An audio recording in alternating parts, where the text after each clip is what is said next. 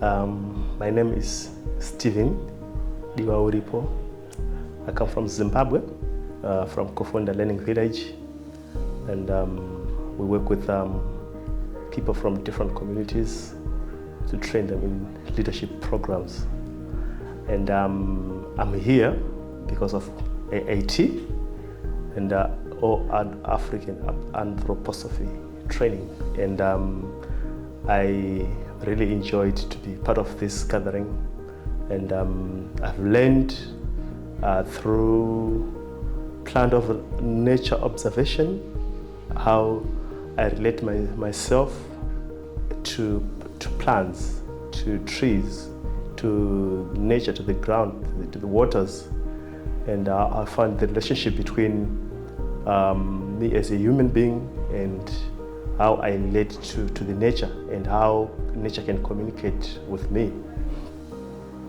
And I've also learned a lot in terms of some of the sharings that were going on, workshops that were going on during the AAT. I've been participating in the climate change, so I've been in conversation around the climate change, how human beings are destroying the planet, what the resources that we have, and how we are reducing the amount of oxygen. We live out of this oxygen, and how we're destroying plants which are regenerating the oxygen. And we've been also discussing how to restore these plants and how we can do it as individuals, inspiring the communities and inspiring each other, so that the whole world can also inspire each other to reclaim and restore this Mother Earth. The Kufunda work I'm doing, I'm one of the facilitators for a process that we are doing. We have two processes, which is called Go Deep and Oasis Camp. So I will explain first about Go Deep and then Oasis Camp. So for Go Deep, it's a game that you play with a community. So you actually identify a certain community where you go with a group of people, and then you have to meet people from the community. So Go Deep, it's a blend of Oasis game and process work. So what we do is you enter into a community, you inquire, you meet people, like you start by observing what's in the community without talking to anyone. And then it's called appreciative gaze. And then you go to the community, you start to see things that you appreciate, what you appreciate about the community. And then you don't talk to anyone again, and then you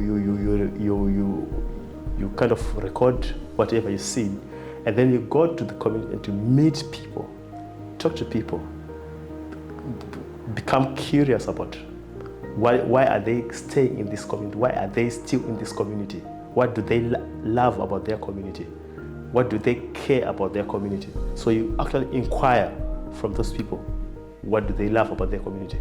And then after that, you then start to inquire again about the talents they have about their community, the gifts they have about their community. And then you inquire again about the dream they have about their community. So after doing that, you then come back together, put things together, and according to what you have heard about the community, the group will decide which lines do they want to go through. Like if they've heard the history about the community, they definitely know that in this community there is need to discuss about either about the vision. Maybe they might not have a vision for the community, or they might need to talk about the vision of the community. They need to talk about, maybe it's about the power dynamics, maybe there's challenge with power. So you have to talk about power. Who owns the power in this community? Who has got power in the community? So you can choose a line about power. Maybe it might be there is too much individuality in the community. You'd want to know how can you bring people together. So you host a line about togetherness. there might be less of creativity within the community, and then you can host a line around creative. So it has different lines, but you cannot host all the lines at once.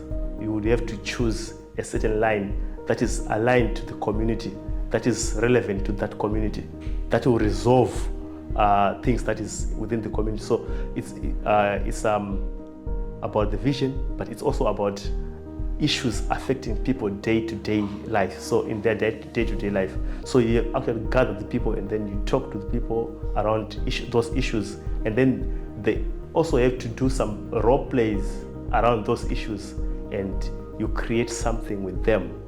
And if it is about vision, then you paint a mural of their dreams. So they'll paint the dream about their community, what they dream of.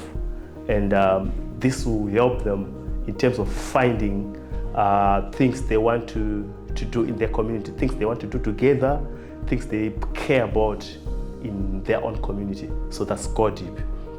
And then Oasis game, that's the first game. Actually, Oasis game, the process is the same as Go Deep. So what we do is you go to the community, you meet people in the community, you ask them about their history again, you ask them about their talents, and you host a talent show. So they have to showcase their talents within the community. And then you do a dream tree. You draw it, you paint a tree, and then you post their dreams, and then you ask them to prioritize among the dreams, which dream do they want to see happening within 3 days, and then they choose which dream do they want in 3 days, and then you ask them, where do we get the resources to make this dream come true? And then you actually co-create with them, ask them to help find the resources. So they go outside, they meet people, they ask for these resources, they share the dream which is there, and then they ask for resources. Let's say, for instance, people choose to say, we want a meeting place. So we ask them, where do we find the poles to construct a meeting place? And then people would donate. Some people would say, I've got some poles at my plantation, come cut this poles. Or someone will say, I have got nails. You can use nails to make this thing. I have got tools to use. So everyone will contribute in different ways and if there are some organization or if there are companies around the area, you can also ask them about what they have to make this dream come true. You share the dream, and then you do you then have 3 days of working on the dream, and then if we are done with the dream, you then do what we call a revolutionary circle, where you invite everyone to say, okay, we have built this meeting center within 3 days. What can you do in 3 months? What can you do in 6 months? What can you do in 18 months? So you're actually asking them to work together like for 18 months, which means they'll be coming together, they'll meet, they will plan about what they want to see in their community, and they do this in their community. So these are some of the processes that I've been leading in Zimbabwe, yes. In Assalam, I really liked the structures, the buildings here. It's so beautiful. I've never been to such a place, and I actually really enjoyed to be in this, to be in an island in Africa. It's so something else, and it's a warm island. It's very warm. The temperature is very good. I've been playing in the water, and I've been watching the water from my room. It's so beautiful, and I really enjoyed being part of this land, being in this land, and I also enjoyed seeing some of the projects that I've been seeing. I've been seeing some gardens. The garden is beautiful, and some beautiful plants, and I also like the food. The food was so good. I really enjoyed eating the food. It's so good when each and every time you're eating something different from the usual. So I really enjoyed, and I also like the people. Very calm. They're very calm and lovely people. You're welcome. And the last question is, what did impress you in AAT? What impressed me in AAT, it was one of the workshop that I've been in, which was talking about, it was talking about what we experience in our life. The other day we were talking about forgiveness. When something happens to me, how do I forgive someone? How do we end up to come up with this resolution of forgiving somebody?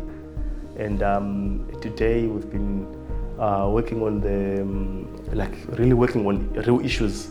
When somebody will share a story of their problems which they're facing, and we'll be sitting with a council that you will be sharing a story, and then everyone will then share their own story from their own perspective and their experience, from their own experience, how they faced a challenge and how they overcome that challenge. So it was quite inspiring and it was quite empowering also.